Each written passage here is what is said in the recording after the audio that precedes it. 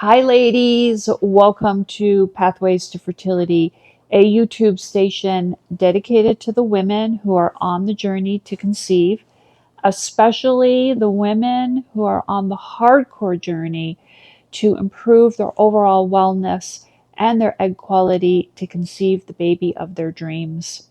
I'm Samantha Jacobs. I'm a licensed acupuncturist, and I have dedicated my practice, the specialty of fertility, since 2003. Today, I am bringing you another video, an interview with one of my former patients. Michela reached out to me a couple of months ago to tell me that she had had a baby. Michela and I had worked together with each other back in 2014, and we did spend a certain amount of time with each other before Michela moved on. For me, it was very profound to have a former patient, reach out and tell me about their success. I am often not privy to what happens as a patient moves on from my practice.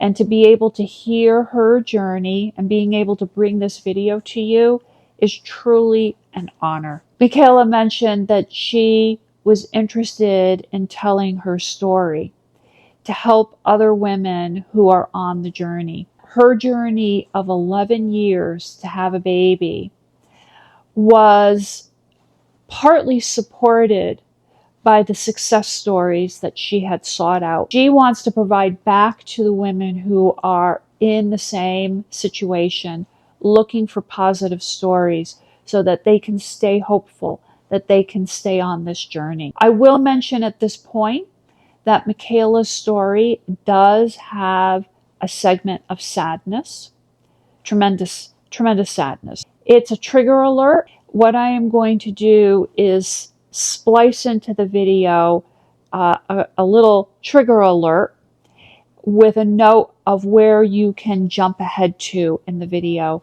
to bypass that portion of her story. If you are just not at a place where you're maybe just too sensitive or too tender, please bypass it. Her story does end in a live birth. She has a beautiful, beautiful baby. Her story also involves surrogacy.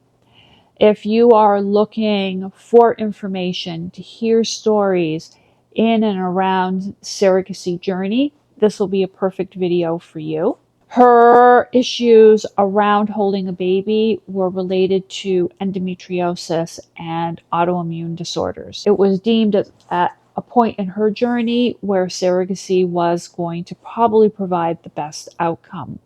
So if you're falling into some of those categories and looking for information, her story will provide that for you. Michela's story also involves banking embryos.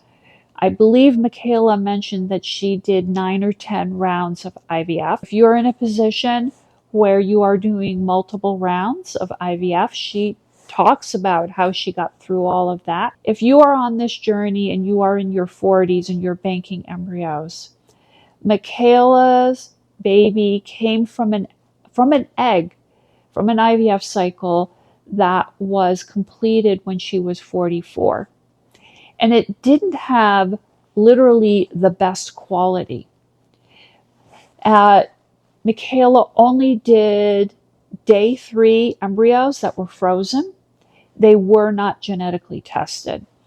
The reproductive clinic she was at deems older women to be a better candidate for day 3 freezing and to avoid the potential disturbing of a fragile embryo with genetic testing. If these are facets of what you want to implement into your journey, you will be really interested to hear about Michela's experience. On with our video.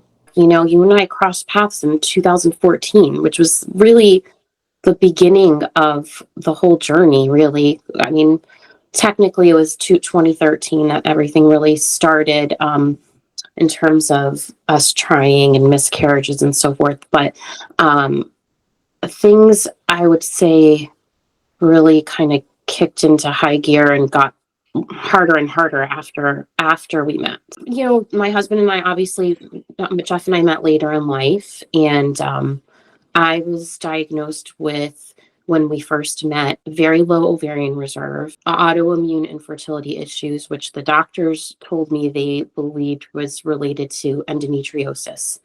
And for me, my endometriosis was silent, so I didn't really have any symptoms. Although I did later or shortly after that find out that I have a pretty significant family history of endometriosis. Oh, wow. So most of my mom's, a few of my mom's sisters, I should say, some of whom had a very hard time conceiving.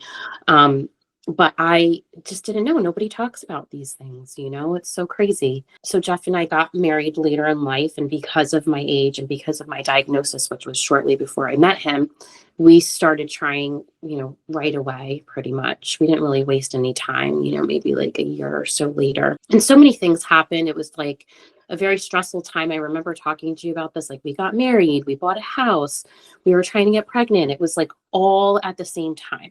I'm commuting to the city for work, pretty long distance. I mean, it was just insanity. And so I don't think any of that was helping. I got pregnant right away. So despite what the doctors told me, I got pregnant the very first month we tried. They had also told me that if I got pregnant, I was going to need to be on blood thinner and an autoimmune protocol to stay pregnant based on all the blood work that they did. I'd seen a reproductive immunologist. Was that Dr. Check at that point? No, at that point, I had seen Dr. Braverman, who sadly Oh, has that's right, since Dr. passed. Braverman. Yeah, he Yes. passed away. I know he's helped a lot of women have babies. And I was at Cornell with Dr. Davis. I was also seeing Dr. Jonathan Schur in the city, who works a lot with women with autoimmune issues. He retired, didn't he? He's still working. I can't even. Oh my gosh. I know. Bless. God bless him. He's amazing. They're still working. I spoke to them a few months ago. Well, when the baby was born, I let him know, and I hadn't spoken to him in years, so he was just in shock. I think that was around the time that I landed in your office. After I had a first miscarriage, and my gynecologist in Connecticut that I was seeing referred me to you, which was great. I don't think I actually came to you for a few, maybe 6 months or so after she sent me your way. So then I started seeing you, and it was right around the time that we moved into our house. We had just bought our house, and I found out I was pregnant again, which was crazy. And that was great. Again, I'm like, well, I must be fine. The doctors must be wrong. They're telling me that I'm going to have a hard time getting pregnant. And here I am, I got pregnant twice within, you know, a decent amount of time, within 6, 7, 8 months. Sadly, that pregnancy was abnormal chromosomally. I had another miscarriage early on. So, How old were you at this point? I was 37. Okay. And I had been diagnosed with like low ovarian reserve around 34, 35. Oh, okay. So the first pregnancy was when I was 36. Second pregnancy, I turned 37, all within 6, 7 months or so. The doctors were telling me that I really needed to have surgery to remove the endometriosis. And I remember just distinctly you recommending against it. And you were just like, your body is going to take a really long time to heal from that. I don't think you need to do the surgery. That was just your opinion. And I was in this like frantic mode that here I just had 2 miscarriages within a year. And I have low ovarian reserve. I have to hurry up and do this surgery. Like, I don't have time. And that was, you know, for me, it was a really big mistake. So I went ahead and scheduled the surgery. They were able to squeeze me in before I got back the results from the DNC and found out that the reason I had a miscarriage was because it was abnormal chromosomally. So the surgery, I had a surgery with a like top endometriosis doctor in the city, and it was awful. I even remember crying on the way to the hospital because I just didn't have peace about having the surgery. And basically after the surgery, all the symptoms that they asked me if I had from the endometriosis that was silent, that I didn't have, suddenly I had these like excruciating painful periods, heavy bleeding and clotting, and just unbearable pain. Like, it was awful. For me, I know for a lot of women, having and their endometriosis removed is great. They go on to get pregnant right away. For me, it was the complete opposite. And, the doctors had told me to tell them not to touch my ovaries, make sure they don't remove any tissue there, which they didn't, but they still moved a lot of stuff around. And it was a very aggressive surgery. Well, and I think endometriosis is so poorly understood, and the only solution we have is somehow we're just going to go in and scrape your innards. Yes. And I've had a lot of patients over the years who have had the surgery, and I mean, it comes back within a matter of months. That's what they say. Yes. Around the time that, you had also recommended Dr. Check to me, who I was familiar with. You had another patient that was very similar case to mine that had success with him. So you had, mentioned him, and so then I scheduled his quirky self. He's very quirky, the whole office. So I mean, that was oh my gosh, that was like, I'm trying to remember what year that was. It was 2015 when I first started going there. As a patient there. Yeah, he was very encouraging. Said that he couldn't make any promises, but he thought he could help me get pregnant. Didn't recommend doing IVF. I actually think I might have had a consult. No, I had the consult with him right after I had the surgery, but he said he would have recommended against the surgery as well, which was a couple of doctors told me that, but there was one that was telling me to do it. And that was the same doctor that my other acupuncturist at the time was a very big fan of and had referred me to. So I kind of just went along with it. But anyways, he had recommended that. He again said he would have recommended against it. But, he's got a very interesting protocol. He puts you on a certain type of estrogen to just kind of trick your body into making more, or at least some, eggs. He's had a lot of success with it. I mean, I don't really think there's very many doctors that do what he does, like maybe one other that I know of, but I'm not sure. It's pretty unique. And I think it's such a great tool, because some women just don't get a benefit from IVF. Mm-hmm. And sometimes the egg quality is fragile. Yep. And we need to approach it from a different way. Yes. And rather than going with all gangbusters, to do this more a gentle approach. So I admired him for. Yes. And it was definitely a lot of work, right? So he's a few hours away, and I would just do blood work and monitoring locally, and they would send my results to him, and then the doctors would call me and tell me what to do. So as you mentioned, it was more gentle at first. It was just oral meds, but my body was just not cooperating. I mean, it really wasn't, Samantha, from like the beginning. So even prior to landing in his office, I did IVF at Cornell in New York, and it had to get canceled because I ovulated like the day before retrieval. And that became a very common theme for me. I would go in for IVF.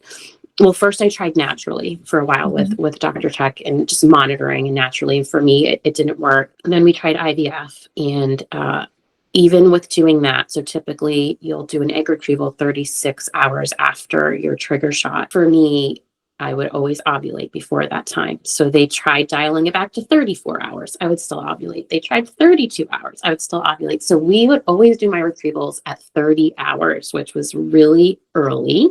Yeah. And the kind of like the hesitation, or kind of the issue with doing it too early, is if you do the egg retrieval too soon after the trigger shot, or too soon, it's not mature. The egg won't be mature. Yeah.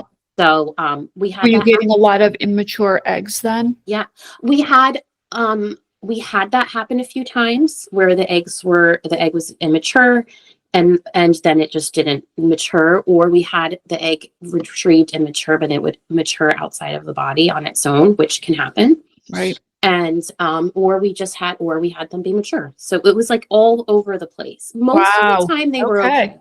Most of the time they were okay. And was anybody able to explain to you why? Or why I was ovulating early? Yeah, and why you were having such a diverse amount of eggs. They said it was very. Oh yeah. So they said it was very common I shouldn't say very common to ovulate early. When you have this, this issue with low reserve.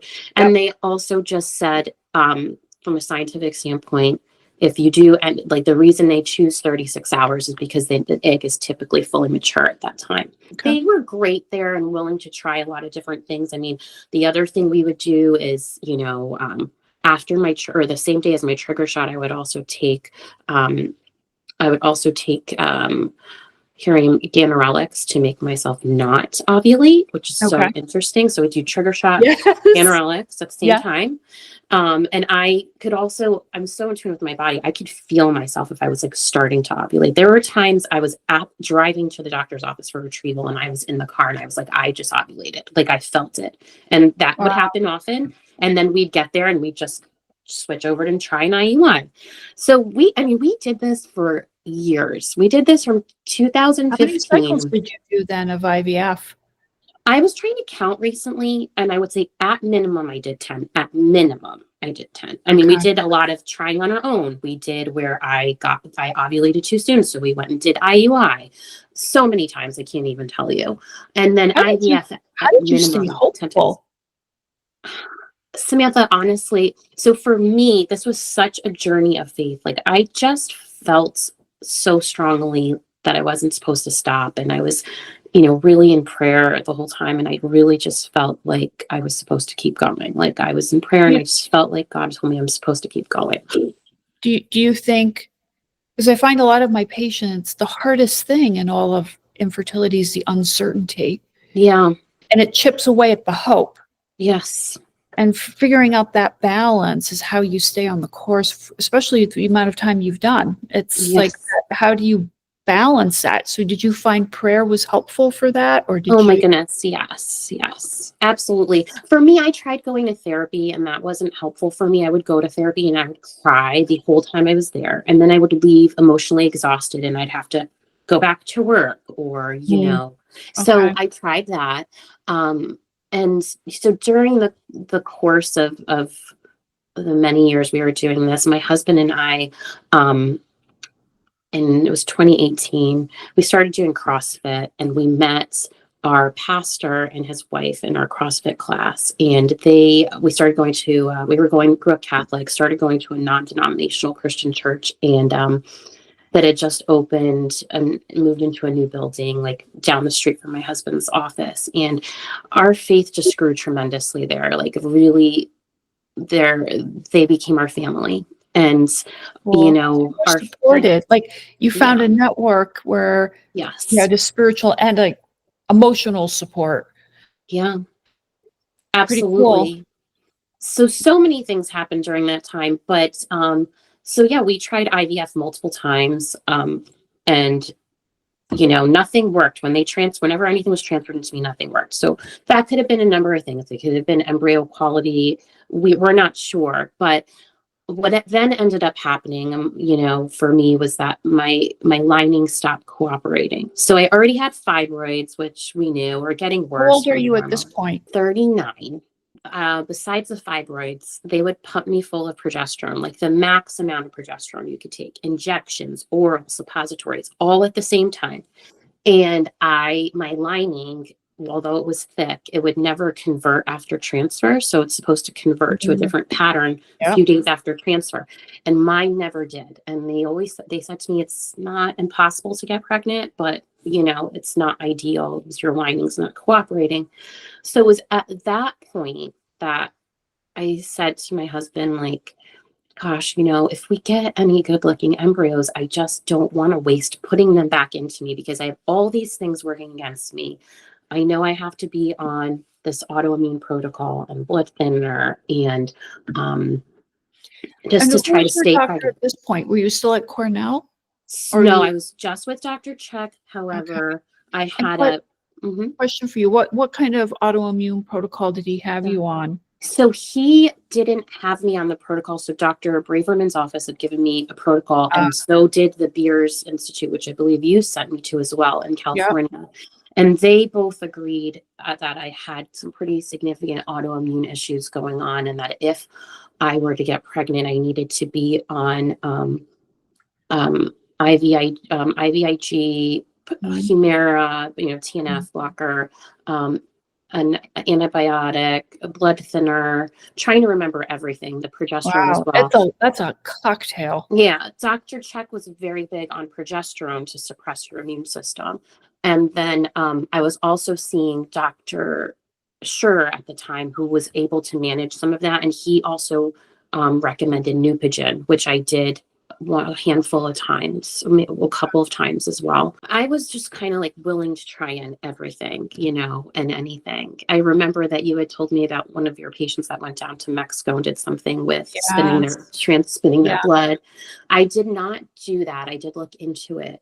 I thought that the doctors I was seeing here had enough in their toolbox to try before trying to do that. It was around this time that, because my lining wasn't cooperating, that I said to Jeff, like, I started thinking about surrogacy and just like, using a gestational carrier. Like, hey, if we get any good looking embryos, instead of transferring them into me, what are your thoughts, on using a Mhm. gestational carrier? And I just remember praying about it, um, and I felt like this was the path I was supposed to go on, which again is So can bizarre. Yeah, I want to pick your brain from like even from my knowledge, but I'm going to yeah. guess there's women out there. So I have a patient who left me a couple of months ago, and her uterus won't be able to hold a baby. Mm, So her and her husband have moving into surrogacy. yeah, And it's not something I get a lot of exposure in my practice yeah, because most people like yourself, they move on. yeah. So I don't get to hear about that Mm, process because it's not like one day you just wake up and you go, I'm going to have a surrogate. yeah. I mean, there must be a certain amount of sadness, all the more extra steps and not being able to carry your baby. Like, Mm. what kind of came up for you? What did you move through that you felt was, quite profound? Can you share that? Yeah. You know what's so interesting for me? I was from the beginning, I was always open to this, even though, like, right, most women do this because they're having more because their issues with their not being able to carry, versus for me, my issues were so complex, from that to obviously the low ovarian reserve being the biggest problem. But I had always had peace about letting someone else carry for me. I didn't have peace about using donor egg, that other doctors, like, from the beginning, were like, throw that out right away. And I think that, especially, I think maybe more so for male doctors, I don't think maybe they realize so much how some women really feel like they need to try everything with their own eggs before they move on to donor eggs. It's that. So that to me was Well, I think, more and challenging. I mean, I can get why the doctors, I can understand logically as a practitioner. It's like, they see so many women and they're here to give you options. They're not here to Yeah. kind of take you through it. But a lot of my patients find it's like a slap in the face because it's sort of like, just do donor egg. Yeah. Right. It's sort of like, aren't you going to just take the trash to the curb? Yeah. No big deal. Do Yep. donor egg. And it's Right. such a huge step to take. It Yes. takes a process that you need to move Oh, to get yes. there. Absolutely. Absolutely. And so for me, I just, again, really just in prayer felt like this was the right path for us to try. And I knew that if we were going to do this, that we had to find somebody that had a strong faith as well, or else that it wasn't going to work for us. I just felt that so strongly. So um, I Googled Christian surrogacy agencies, and I found an article online from a Christian magazine. It was Christianity Today, I believe, and they had just interviewed a surrogate agency. And I thought, okay, I think this is the agency I want to work with. I read this long article, and it was an agency based out of Texas called Surrogate Solutions. And I thought, I really um, think this is the agency I want to work with. And I remember where I was driving at work, and I pulled over and I called and spoke to their founder. Her name was Gail, and she was just amazing. And I felt like I was talking to a friend. I had so much peace about moving forward in the process. So that was 2018. So now, so Wow. I was 39 or 40. We had started just freezing embryos, like, just doing IVF and just freezing embryos, especially because we weren't transferring anything back to me because they couldn't get my lining to do what it needed to do. So we had been trying it for about 5 years at that point. And we got matched with a surrogate probably about a month or so after we signed up. So it happened pretty quickly, like our match. There wasn't as much of a demand for surrogates. So we, as the intended parents, got to pick the surrogate, which was cool. It's like a Wow. profile online and you go Yep. through. And we got matched with this amazing woman who lived about 7 hours away from us, which was great because we could drive to and from. There's a lot that goes into it. You have to do psychological evaluations and medical screenings and legal contracts and all of that. So that was July of 2018 that we got matched, and we got to transfer in December of that year. And a few days before transfer, our doctor found polyps in our surrogate, and she's just said, I don't recommend that we move forward. I think your surrogate needs to have these polyps removed. And likely they developed from the hormones that they had to put her on Right. Okay. to prepare her body for transfer.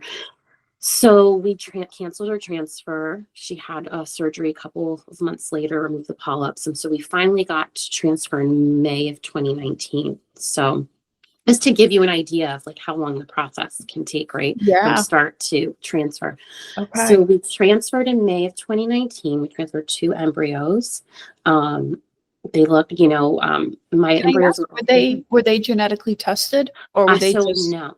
So were they day 5 frozen? no, all of mine were frozen on day 3, which they Okay. recommend if you don't make a lot of embryos. Yep. None of them were genetically tested because you can only genetically test embryos on day 5. Right. And so that, was kind of for us not an option. Yes. But Understandable. we transferred 2 good looking embryos. There were 2 8-cell embryos. They still grade them at day 3. They're guessing. Like one was at 8B, one was an 8A.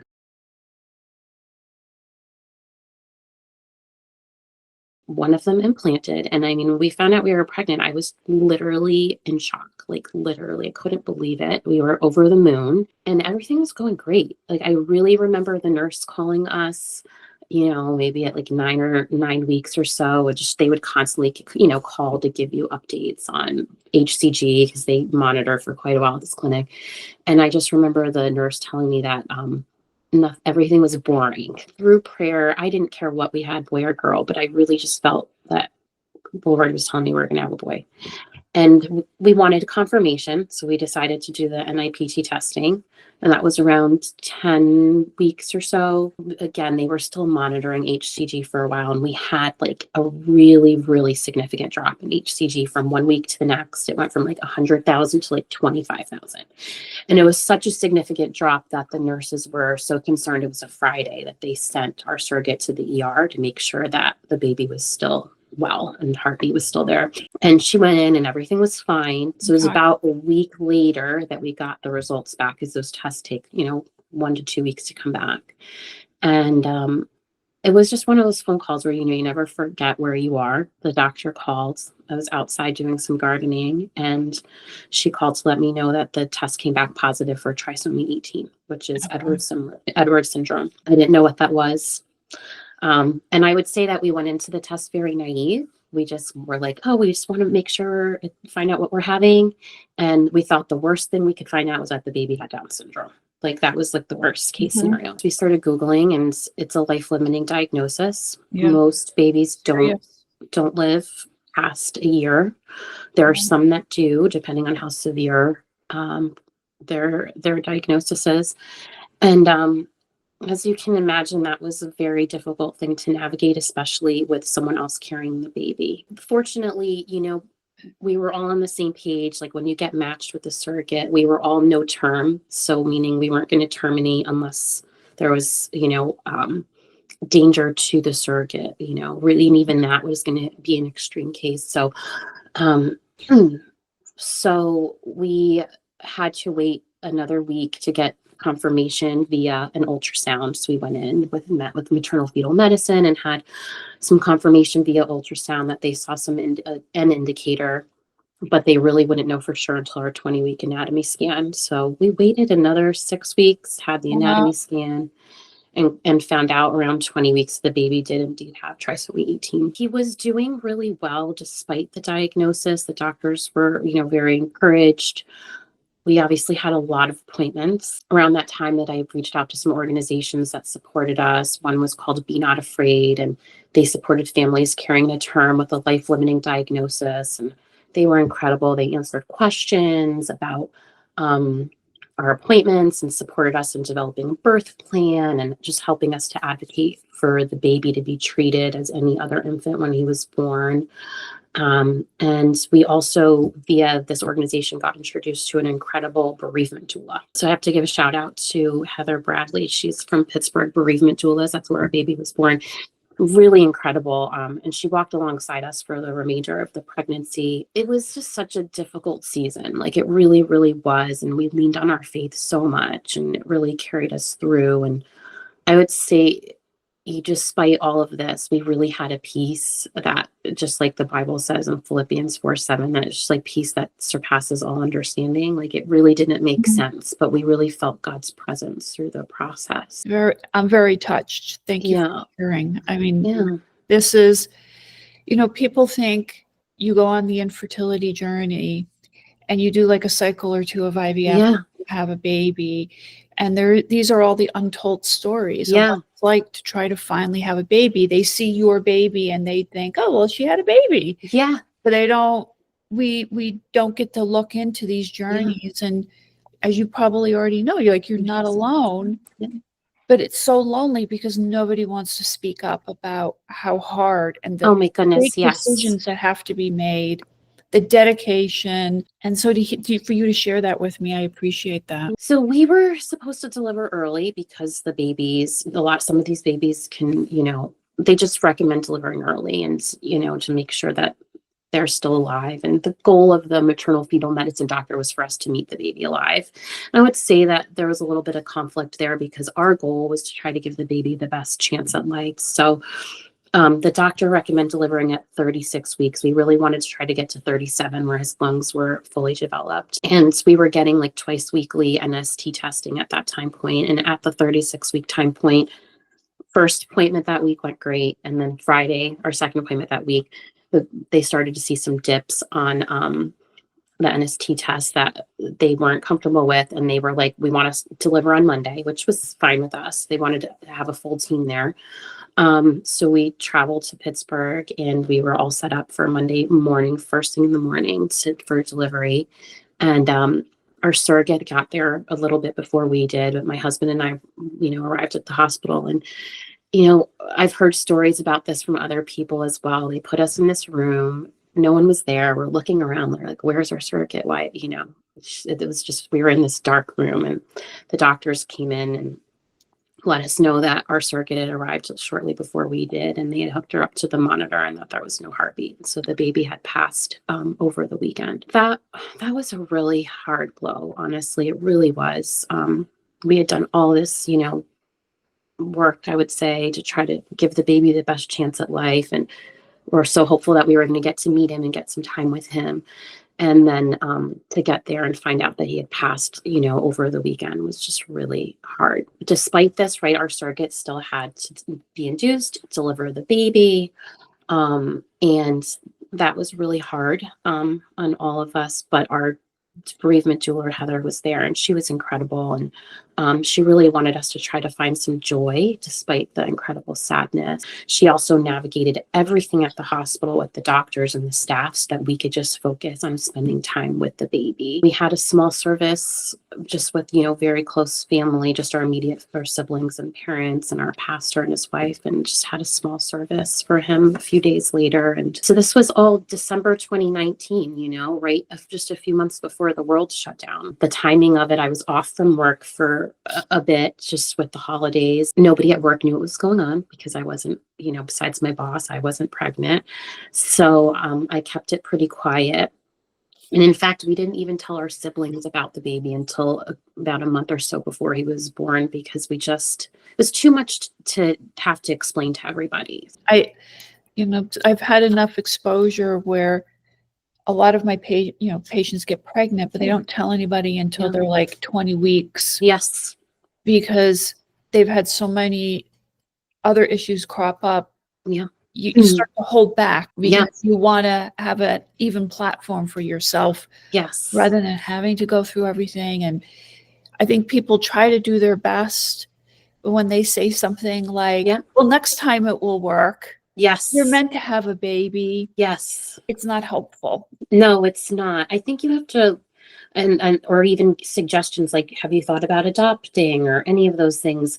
And yeah, I feel like you have to arrive at those places by in your own time. Yes. Yeah. Well, and a lot of people, I think, can't handle pain. Yes. We especially, this is the topic, it's a very sensitive topic. So I think people want you to feel better. So when they say, have you thought about adoption? It kind of helps them feel comfortable inside themselves Yes. Yes. rather than being like, okay, do you want to talk about it? Can I sit here and listen? They kind of jump to Yeah. saying things that I think they're trying their best, but at the same point, it's not helpful. No, it's not. I completely agree. And I know it comes from a good place or not, not from a Yes. bad place, but it's Yes. still really hard. And for that reason, I stopped talking to most people about what we were going through a long time ago. And so most people didn't even know, what that we were even still trying at this point, right? It was, the world shut down. And for me, it was such an awful time for everyone. But for me, I kind of needed it. I got to work from home and just hide behind my computer. And so it was what I needed at that time, as awful as a time as it was for everyone. And Jeff, my husband, wanted to try right away again. And I said, like, absolutely not. Like, I need a break. So I need a year. And I will say that during that time period, I still kept cycling. I still kept doing IVF and freezing embryos. Okay. And but I don't know what we're doing, but I'm Can I not ask you trying another another surrogate. question? Yeah. What helped you keep doing one cycle? I'm not saying you did one Yeah. cycle after another, but I did. If you did multiple rounds, how do you keep how did you keep yourself like, okay, like I've got a goal Yeah. and I have a lot of pain and I'm trying to like, how did you keep was that prayer? Was that Absolutely, yes. And it just also became a part of my like routine. It was, okay, I go to the lab a couple times a week, or every week it was different. Some weeks it was once, some weeks it was twice, some weeks it was 5 times, some weeks same with ultrasounds. And I became friends with the phlebotomists and the ultrasound techs. And I would just so programmed to, I would take a conference call on mute. Like I would just be on the table getting an ultrasound and on a conference call, but just like let them do what they need to do and I'm doing what I need to do. And it was just like I just kept putting my head down and just kept doing what I needed to do because I felt like I was supposed to keep going. I have beautiful women who come to my practice and to see the dedication and the strength and the resiliency. The human spirit is pretty amazing. Yeah, it's incredible. And you're pretty incredible. Like No. this is incredible. Again, I can do all things through God who gives me strength. I mean, it was really like our motto. It was like our, just prayer. Our church family was amazing. I mean, I didn't talk to too many of them about what was going on either. Our pastor and his wife knew, but it was really just pressing into prayer as much as possible. So, so I kept cycling, and this was the beginning of 2020. And here it is. It was the fall of 2022 that I said to my husband, okay, I think I'm ready to try again. So like we had a big pause and a big chunk of time go by where I was like, I don't want to try again. I'm going to keep cycling. And if we get any embryos, great. Do you remember how many embryos you had on ice at that point? Yes. We had 7 at that point. And yes, we had 7. And then we had so in the couple before when we tried our first round, so like maybe 9 total, but I think at this point there was 7. I'm trying to remember correctly. Again, all day 3, nothing tested. And so it was 2022. I reached out to the agency again and spoke to the founder again, Gail, and had a conversation with her, told her I wanted to try again. I reached out to embryologists at Dr. Check's office to talk about what we had and what they looked like and should we try again. And they were all very encouraging. Just, they work with the worst of the worst patients, and they really told me there was no reason kind of not to try. Mm-hmm. And so I also reached out for some spiritual guidance and had a call with a pastor friend and talked through everything. I was just really kind of looking for confirmation that this was like the right next step for me. And really just in prayer, I felt like, okay, this is what I'm supposed to be doing. And our faith, I would say, was just growing tremendously at this time. Like my husband and I got baptized at our church again, even though we had been baptized as children at our Catholic church. And I didn't know what the outcome was going to be, but I had peace that we were supposed to try again. Things had changed since our last journey. Now the surrogates pick the parents because there was such a demand for surrogates at this time. Mm-hmm. And about 2 months after we reached out to the clinic, that we were fortunate enough to we had a couple people pick us, but our clinic passed on them based on medical reasons and medical screening. We didn't even really meet some of them. Mm-hmm. And it was like 2 months later that we got matched with another surrogate that we kind of went into it thinking, okay, we're not going to be as lucky probably as our last time. We had an amazing surrogate. We have to be okay if it's not that great of a journey or if it's not such a perfect match as last time. But we got so blessed and we got matched with another amazing couple. And it was incredible, like another incredible match. And so that was December of 2022. Our surrogate had just come off of her own surrogacy journey with another family. So she had to wait and she was donating breast milk. So she had to wait before she could go through medical screening and all of that. So we waited, we finally got to transfer we're supposed to get to transfer in June of 2023.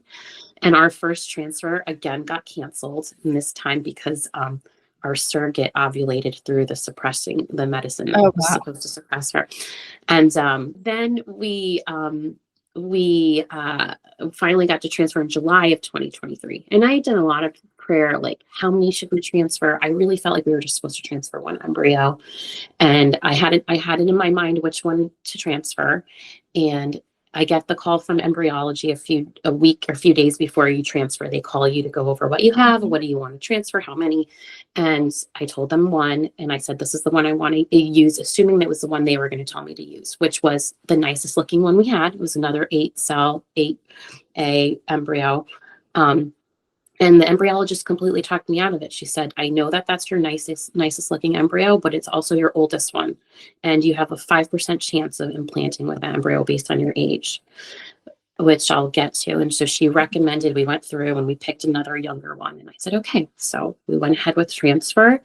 And again, we're shocked. We found out we were pregnant, 2 weeks later.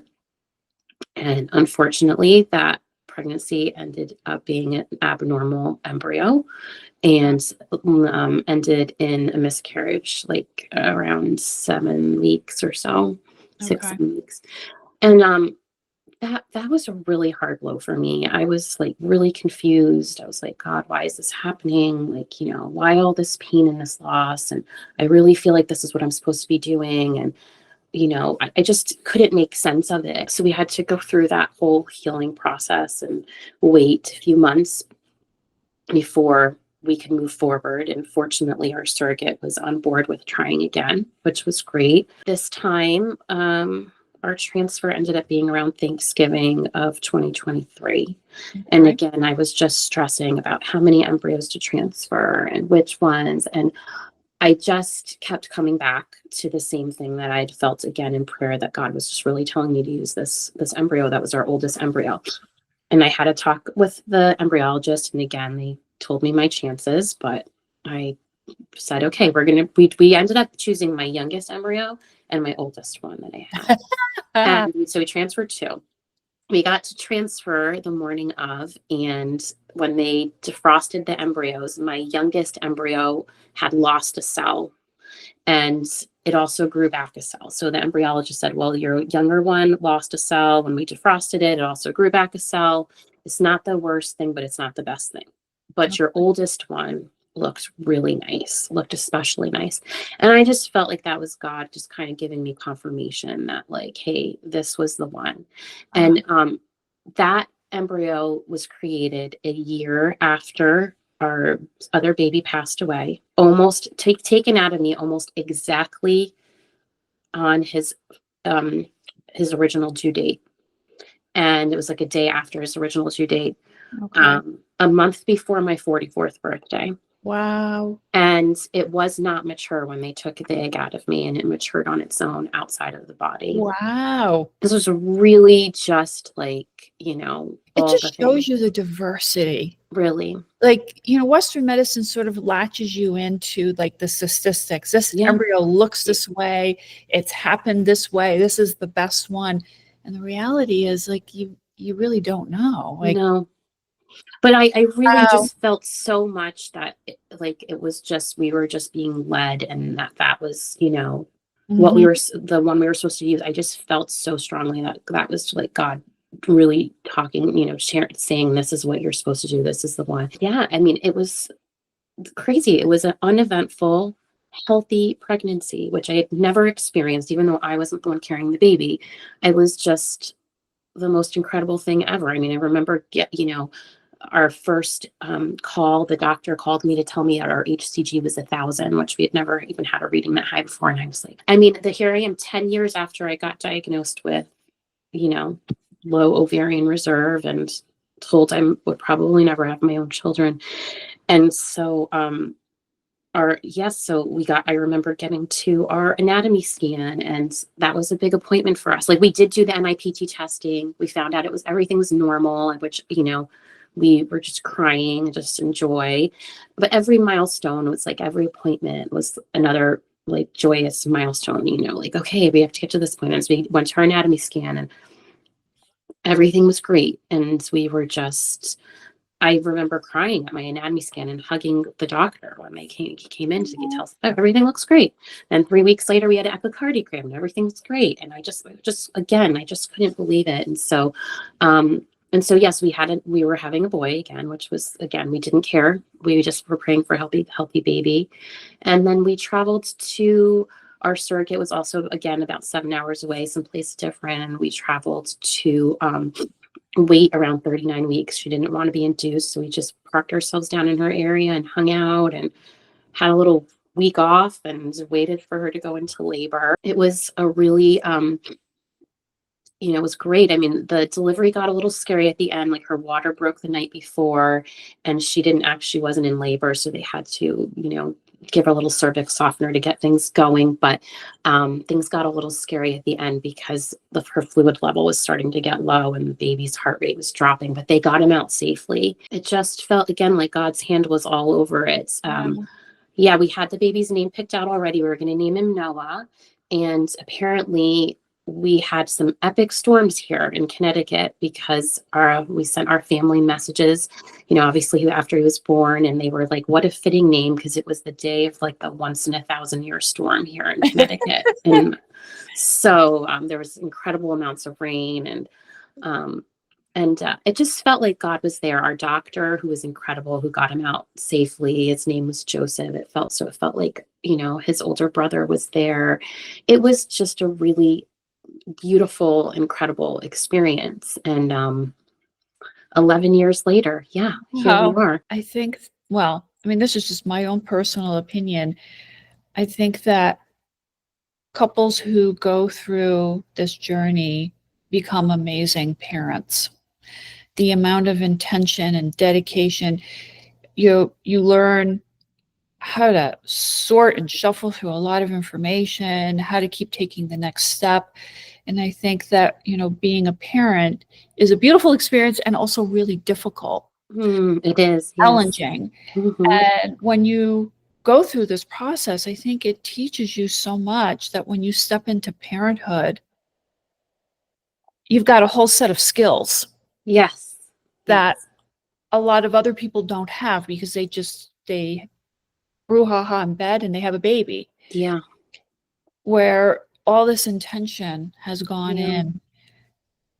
You guys are going to be amazing. Definitely, I feel like I'm one of the oldest moms on the planet here, but I just feel like, God's timing is perfect. And I don't, as hard as challenging as everything was, I wouldn't change anything. This was our path for and this was the Mhm. way it was supposed to happen for us. And um, I really hope that this can give someone some encouragement, because when I was going through the process, I just always thought, every time I heard about somebody who overcame and was able to have a baby after difficulties, I thought, well, their case isn't as difficult as mine. I'm such a hot mess. Like, I'm so challenging. Like, my situation is far worse than You, that person. and I will say, like, as a practitioner, your case was really complicated. Yes. It had so many layers to it, and it's not helpful.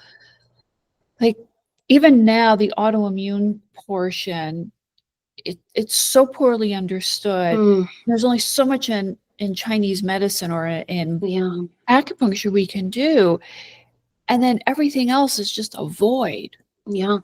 And as a practitioner, that becomes hard because you want this patient to become pregnant, and you Yeah. know that Western medicine, for a lot of reasons, can't step in or don't want to Mm, step in.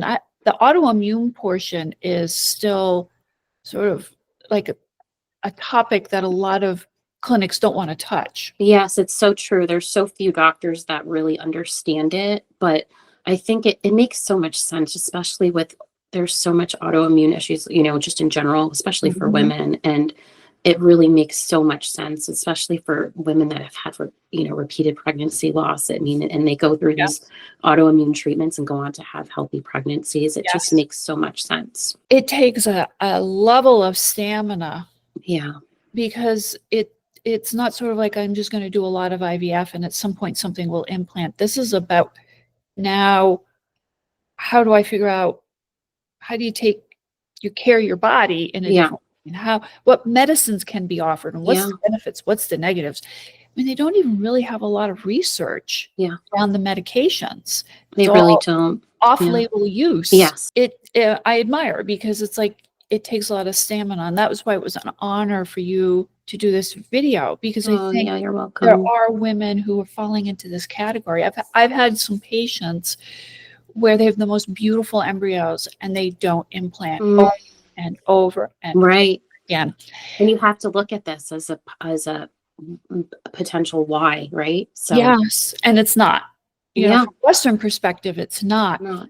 And the last patient I had, she said to me, I guess I'm gonna have to do surrogacy. Mm, And she's like, but everybody's telling me it's just my egg quality. So no, my egg right. quality is, so even though they're eutaploid Yeah, embryos, so they've been genetically yeah. tested, how many eutaploid embryos can you transfer before you stop using the excuse that this is Yes, for egg quality? right, right. It's just can't be, right? Sometimes it takes a village to bring a Yes, baby. yes, I keep telling my patients, bring the village on, yes, because that's the difference. I also think, and you can tell me if I'm right or wrong, if you're going to go the long haul, you do need a village, and you yeah, need to diversify the support, absolutely. how you cope. If you do it all alone, It's really hard, and I it's did hard. do a lot of it alone, but I think it all depends for everyone. Like I said, for us, our faith was such a big piece of it. And we had a small circle of people who we really were supportive for us. Like, we knew who those people were, and we knew who not to talk to, just because it wasn't going to be helpful. So, Looking back, is there anything you wish you had done earlier? no, I wish I didn't have the surgery. Honestly, like, I know, and looking back, I knew that was not right for me. That would probably be my only regret. Like I said, I do just think everything happened the way it was supposed to happen. Mhm. So we're just so thankful and feel so blessed. So, Awesome. I hope that this video provides something for you. If you have any questions for me or Michaela, put them in the comments. I will gladly either do another video to answer those or be able to respond in the comments. If you are a woman who is on the journey or been through the journey and would like to share, be interviewed for these video series, please reach out to me. It would be my honor. If you like this video, please hit like, subscribe. You can become my third subscriber. So I appreciate you listening, and I will be back for another video. Thank you.